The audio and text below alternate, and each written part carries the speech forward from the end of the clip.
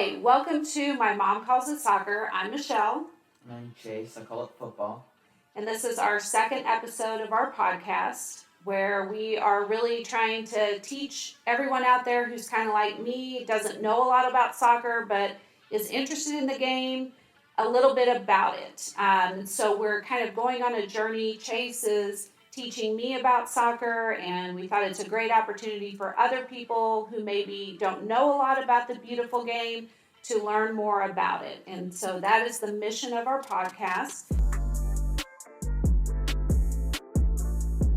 I wanted to take a step back today and kind of talk about how we ended up where we are. And so Chase really got into soccer a couple of years ago. During the World Cup. And so coming off of that, I was looking for ways that we could go and see professional soccer in person. And one of the things that we found were friendlies that were being held in Las Vegas. And if you don't know, in soccer, they don't call it a scrimmage, they call it a friendly. Mm-hmm. And so we got to see a couple of friendlies. We saw Borussia Dortmund play against Manchester United. Neymar has already made an appearance in this episode.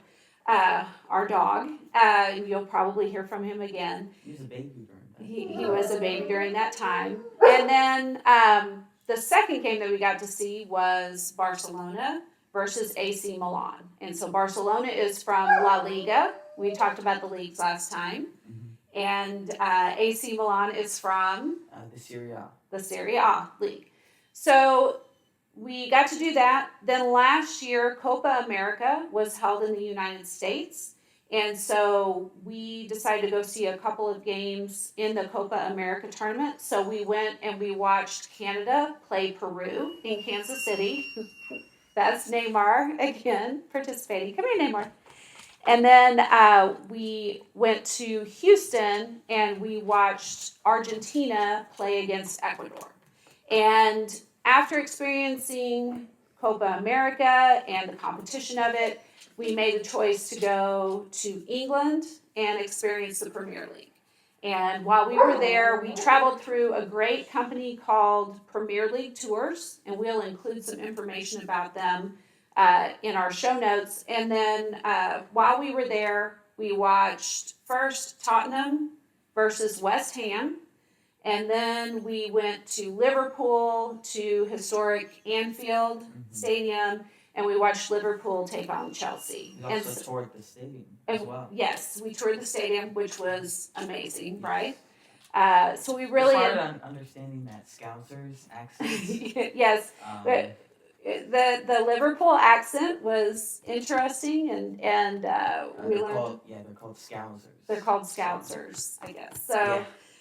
Anyway, amazing trip. We will talk about that more as well as we go forward in this podcast, but I just kind of wanted to set that up as to how we reached this level of interest, and for me, really wanting to learn more and more about soccer so that I can watch more of it, enjoy more of it, and understand what I'm watching. Last week, Chase gave us a game to watch this week, which was the Bayern versus Frankfurt. Okay. In the Bundesliga. Okay, and so you're going to recap that for us in a minute, but I had a question for you. So I knew that Bayern was going to play Frankfurt because we talked about it. And then on Monday, Bayern played Celtic. Celtic, yeah. Celtic. What was that? That was the Champions League. Okay, and so last week we talked about the 5 big leagues. Mm-hmm. And then this is Champions League. Can you tell us what is Champions League? It's European football, obviously, but it takes basically the best teams of all the top European leagues, and puts them in one tournament competition, and it goes through the group stages, then the round of 16, then the quarterfinals. Or no, wait, that's the old. Okay, so they changed the format. Okay, yeah, it's a league format, and then it goes into the playoffs for the teams who didn't get in the top 8, and then it goes through the round of 16, the quarterfinals, semifinals, and then the final. Okay, and so I think if I'm right, the next round that will happen is the round of 16. Is that correct? Okay, and so Bayern won their game, and so they made it to the round of 16. And so we will include, I'm going to share a graphic this week in our social media of what the round of 16 looks like and when those next games are. Because that's another thing that I really want us to do through this podcast is for me, and again, I think Chase disagrees. He always knows who's playing and where they're playing and when they're playing. But I don't. And it's hard for me to know what games are coming up. And so I want to do a good job of sharing that where if you are here, it is easy for you to find those games and be able to watch them. So Champions League, but help me understand, because I think this is something that's very different from American sports, is that this other league and play is happening at the same time as their regular league play. Okay, how does that work? So basically in the Champions League, they play in like the midweeks. So like in the middle of so like Premier League, for example. Basically, it'd be like 3 days. They get like about a 2 to 3 day rest. We also have cats. We have a lot of animals in this There's a house, farm in this house. and they love soccer. Yeah. But they basically play on either Tuesday or Wednesday. So Premier League, La Liga, all of those are usually playing their games on the weekends. Mm-hmm. And Champions League is playing during the week. Are there any like leagues that don't like the Champions League thing because players are playing in so many games? Is there any controversy over that, or no? There is, but there have been like tons of injuries. One player, Carvajal, he got an ACL injury and now he's out for the whole year. Same with Rodri, who's on Manchester City, and Carvajal on Real Madrid. And many players have complained about it, even coaches. But the players and coaches don't really talk about the UCL as much and complain about that, but they complain about international friendlies that they play. So then they play like a weekend game and then a midweek game, and then they go to another country or stay in their country, but they still have to travel somewhere. So when you say an international friendly, that means then going and playing for their national team. Mm-hmm. Can you give us an example of like a player who has done that and where they would go to play for their national team? Lautaro Martinez, he plays in Italy for Inter Milan, Okay. but then when he has to play for Argentina, he has to travel all the way from Italy to South America in Argentina. Okay. And then maybe has to travel to like Bosnia to play or Whatever country Argentina country. is playing against. Yeah. Okay. And then come back to his club team. Yes. Okay. Yeah. I think it's one of the things that it makes it a little hard for me to wrap my head around. The thing with soccer. players is they play like, it's normal for them to play like 92 games now. Okay. In like all competitions. And they're just expected to do that and not pick up any injuries. And so like big like explosive players who are like really fast and stuff. Like someone back in like the 2010s, Gareth Bale. He was a very fast and explosive player, but we can't get a player like him anymore because he'd have to rest for longer than like 3 days if he wants to, So I was curious about that. It's interesting, we just had in hockey, instead of the All-Star game that they've typically done in the NHL here in the United States, they did a Four Nations competition. Mm-hmm. So instead of the traditional two divisions playing against each other, they took them and they divided them up into countries and they played a tournament in the middle of baseball. Well. Yes. Now, baseball did it outside of their regular season, I believe. But I do find that interesting, and I think that is one of the benefits of soccer is there is so much interplay, and there is a lot going on where teams in the Premier League are going to play against a team in La Liga or Ligue 1 or whatever it is because of Champions League and different things, and then all of the national play. So That's something we'll get deeper and deeper into as I'm trying to understand it more, and also just kind of understanding how you can follow specific players through those different types of things. Yeah. Every week, we want to try and tackle a term or a rule or something for you to learn about. And so, one of the terms that we're going to talk about today is penalty. And we hear that a lot. And if you, in lots of sports, there's lots of penalties or fouls. But specifically in soccer, what does it mean if someone gets a penalty? So penalty kick in soccer or football, whatever you call it, is a free kick that's awarded when a defensive player commits a foul in the penalty area. Okay. So that's in that big box. So this is in contrast to what we talked about last week, which was free kick. I think it's good to bring it up because we had a little conversation on it. And now you're talking about penalty kick. Yeah. Okay, sorry, go on. You're fine. The offensive team takes the penalty kick from the penalty spot, which is 12 yards away from the goal. Okay. So, how is the penalty kick awarded? The ball mustn't be in play when a foul occurs. Okay. So, that's during like a corner, whenever the ball's kicked in, or a free kick, same if the ball's kicked in.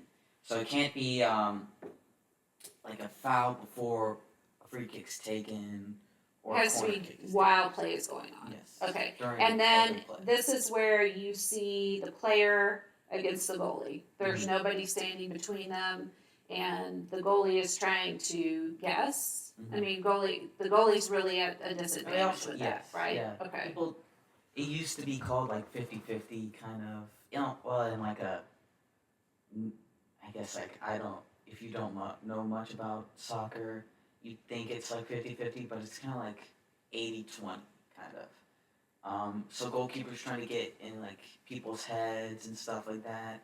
They do other things, like one player, Jordan Pickford, he has his water bottle, and whenever the player is taking a penalty kick, the main player who does it, he'll look at his water bottle, and he'll see like Bukayo Saka, and he'll say like, go left. Oh, he's taking notes on his water bottle. Yes. Is that what you're saying? Yeah. The goalie. So as a goalie, he's made notes on what players' tendencies are when they kick a penalty kick. Yeah. Okay. And he keeps that, and then he put that in his mind and not like, okay, scramble around. Yeah. So he has a plan of what he's going to do. Interesting. All right, penalty kick. We learned something. Yeah. Very good. Yeah. Last week, Chase gave us a game to watch, which was Bayern versus Frankfurt. And so tell us how that went. I know it was an important game for Bayern to win.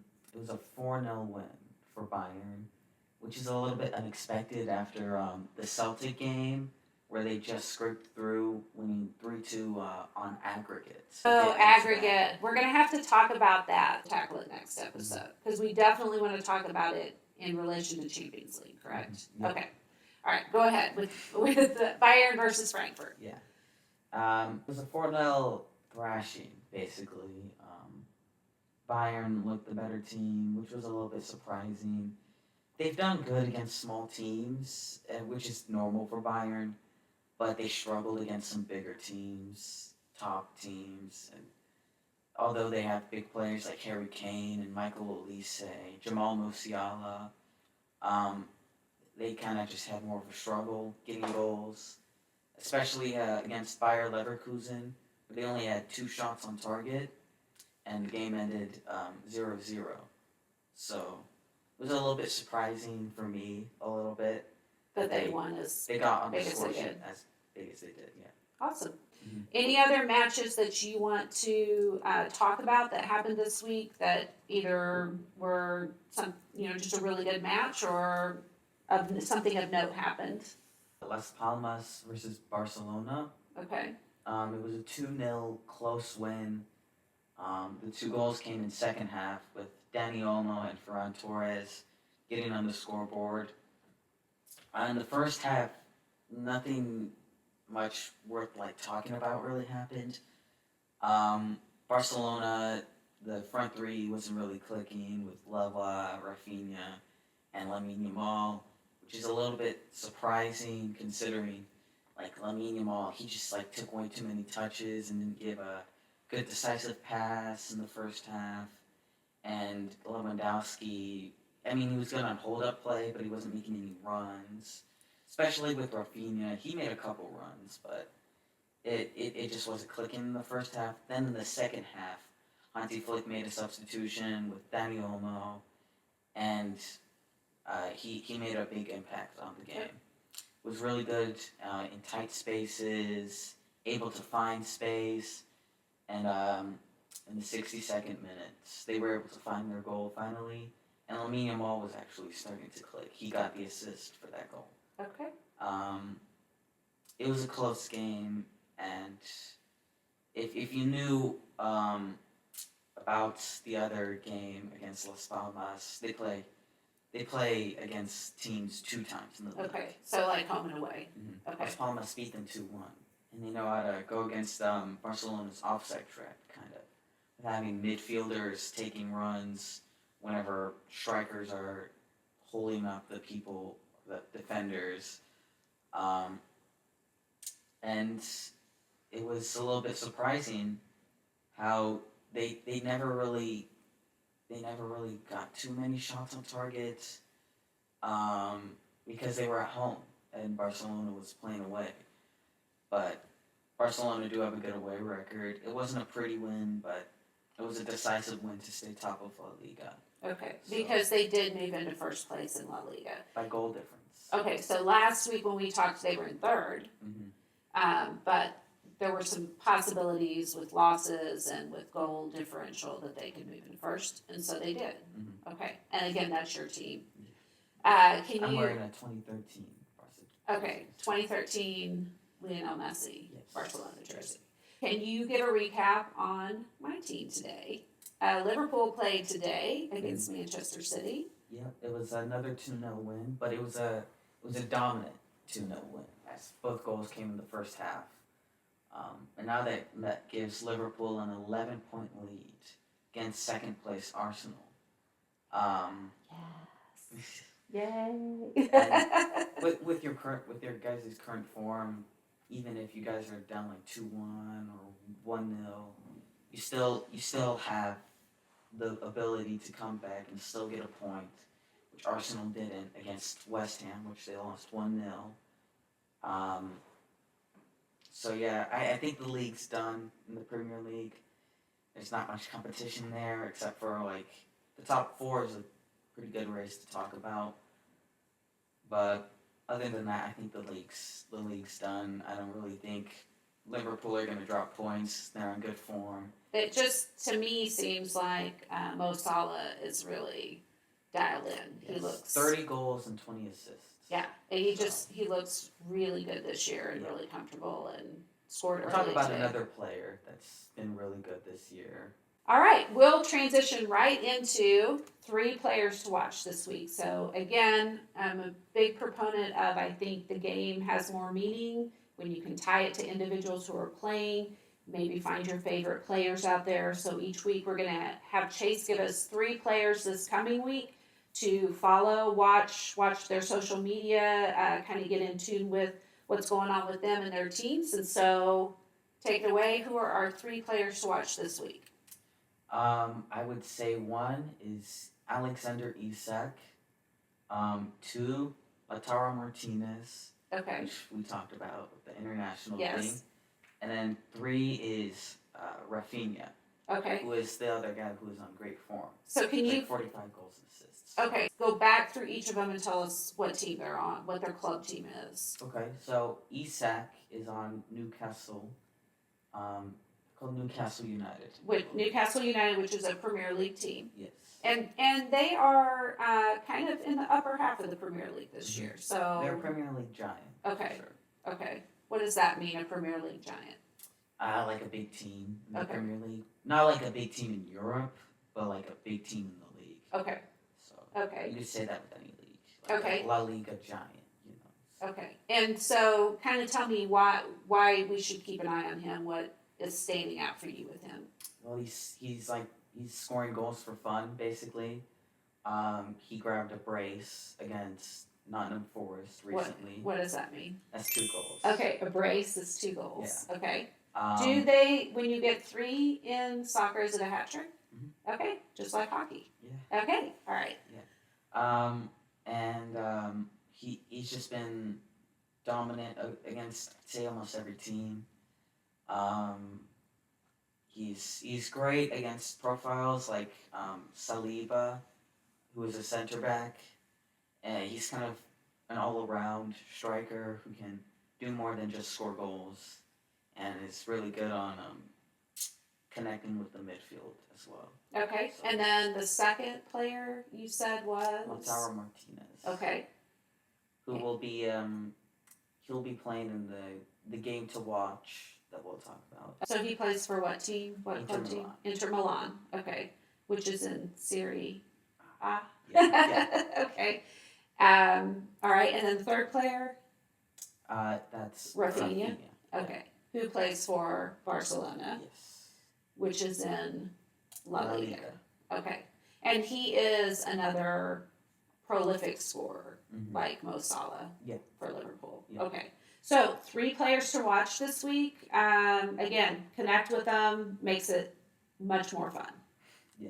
We did have 2 viewer questions. And so, as I said, we want to make this a podcast that gives you information that has meaning to you. And so we're all about viewer questions. So the first question was, are all professional soccer pitches, I believe the question asker said field, but the correct term would have been pitch. It can be either. Okay, so are all soccer fields or pitches the same size? I don't believe so. Yeah, they're not. I looked it up, and the reason I knew they weren't is from watching Ted Lasso, which if you haven't watched Ted Lasso, what are you even doing? But it comes up because they play at Wembley, and I believe that Wembley is one of the larger soccer fields. Yes, a larger. There is pitch. a minimum of a size that you need, but you can go a little bit bigger. And I think that was one of the things that came up in CopaAmerica because a lot of these games were played in football stadiums. Mm-hmm. So when we watched Argentina play Ecuador, they were playing in the Houston Texans Stadium. Yeah. And it's a little narrower on the sideline, I believe, than a regular pitch. And so I think they had to see players kind of off the field. It was different. And I think there were some comments, and maybe some of the teams didn't love that. Yeah. Questions, concerns. Yes, that kind of thing. The second question was, why are there so many soccer players who go by only one name? And I don't know if you know this or not. I don't think I do know this. So the person who asked this mentioned Pele and also Ronaldo. Which Ronaldo? Well, there's 2. I know there's 2. Yeah. So he's probably talking about Cristiano, which they call him by Cristiano Ronaldo. And where is he from? He's from Portugal. Okay, where's the other Ronaldo from? He's from Brazil. That's who he's talking about. Okay. I think. Well, his full name is actually Ronaldo Nazario. Okay. So, interesting enough, I went out and Googled it because it got me thinking. I replied to the person who asked this that Neymar goes by one name, and you've all heard we have a dog named Neymar. It's a Brazil thing.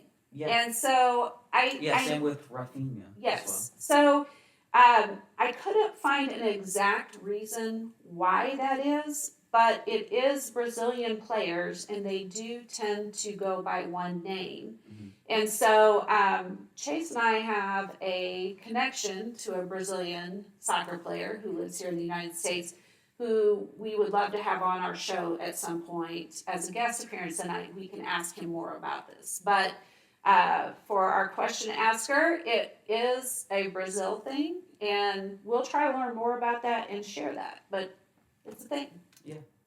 Yeah, there's another player in Brazil who goes by just Anthony. He doesn't, nothing else, no like add-ons or anything, just Anthony. Just that. So anyway, interesting and great questions. Please continue to ask us questions. That's what makes this more fun to do.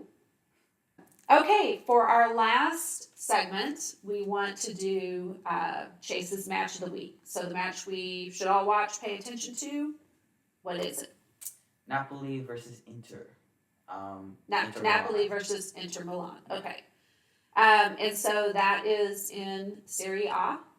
Okay? And why is that an important match this week? Why should we pay attention? Because it could potentially be the title decider, as Napoli are only 2 points ahead of Inter, and for the next game, if they go up against each other, if Inter wins, they go up by 1 point, and if they just stay consistent, they can win the league, which they have stayed pretty consistent, Okay. except for the Juventus game, which was really just a great assist from Colomuani for that 1-0 win. But I think it's not going to be like the most entertaining game, but like with pressure and things like that. Why wouldn't it be entertaining? Will it be a low-scoring game or Yeah. probably low-scoring? Because Italy is very much known for their defense. Okay. It'll be fun if you like defense. Okay. But if you're more and I like think that goal is scoring, yeah, and kind of I think that's one of the hard things as Americans. I think the thing with soccer is it's more than just scoring goals and stuff. It's about the emotion behind it and the pressure that you go through. Even just the little moments that happen that don't even lead to a goal scoring threat. It's just huge. Yes. So if you pay attention to it, you'll probably start to like it more. And I do think that watching soccer in person makes a big difference to then be able to translate and watch it on TV. When you see it in person and up close, you do see a lot more of the defensive play and the physicality of it that I think sometimes gets lost with a far away angle on TV. With that said, one thing I would suggest, one thing that we enjoyed, we went and watched local soccer last week. Somebody that we knew who was playing in club soccer at a high level. And so if you have an opportunity to go watch soccer in person, whether it's a high school team or a college team or club teams, and again, MLS soccer is up and running here in the U.S. They're very offensive and stuff like that. So go watch a game in person as you're learning more about it. I do really think it makes it then so much more enjoyable to watch it on TV if you've seen it live. So Napoli versus Inter Milan. It's a huge name, but it's like the Maradona Stadium. Okay.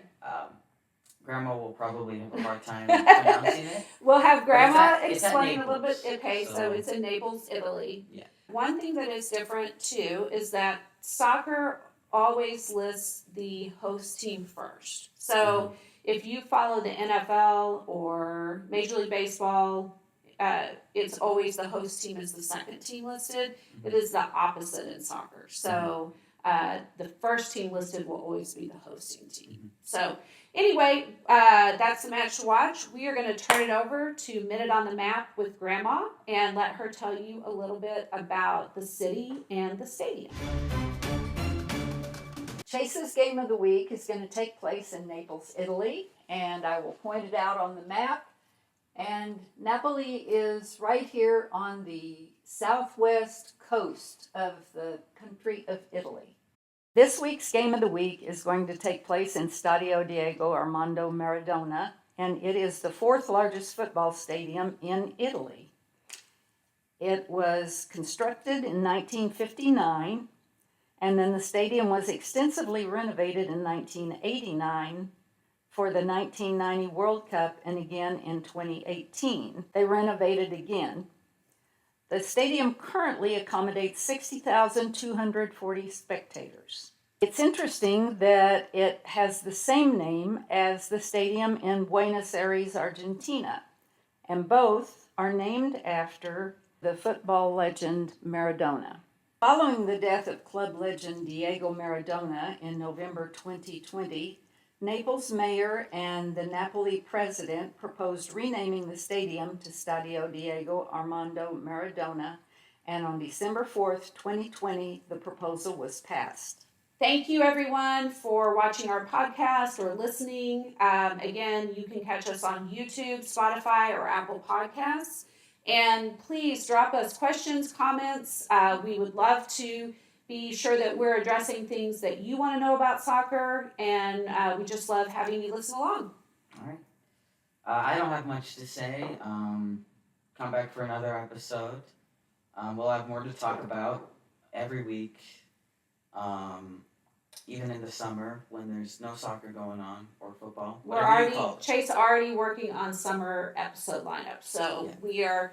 we are prepared for it. So again, I call it soccer. I call it football. Thanks again.